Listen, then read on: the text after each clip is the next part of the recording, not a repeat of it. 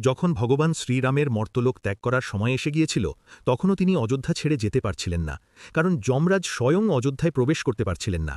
এর একটাই কারণ, মহাবীর হনুমান। যমরাজ হনুমানজিকে ভয় পেতেন, কারণ বহুবার যুদ্ধে হনুমানজি যমরাজকে পরাজিত করেছিলেন। তাই যতক্ষণ হনুমান অযোধ্যায় ছিলেন ততক্ষণ যমরাজ সেখানে প্রবেশের সাহস পাচ্ছিলেন না। তখন ভগবান শ্রীরাম ভাবলেন, মর্তলোক ত্যাগ করতে হলে যমরাজের তো আসতেই হবে। এরপর শ্রীরাম হনুমানজিকে ডেকে বললেন, হনুমান, আমার একটি আংটি রাজপ্রাসাদের মেঝের একটি ফাঁকে পড়ে গেছে, তুমি কি সেটি খুঁজে এনে দিতে পারবে?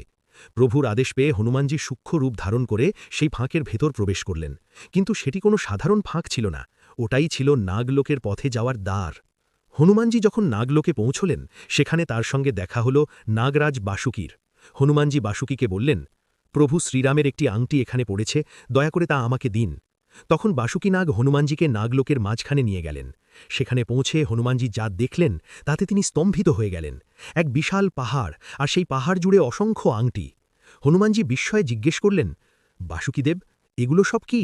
তখন বাসুকী নাগ বললেন, প্রত্যেক কল্পে 4 যুগের তৃতীয় যুগ অর্থাৎ ত্রেতা যুগে ভগবান শ্রীরাম অবতার গ্রহণ করেন, আর প্রতিবারই তার আংটি খুঁজতে একজন করে বানর এখানে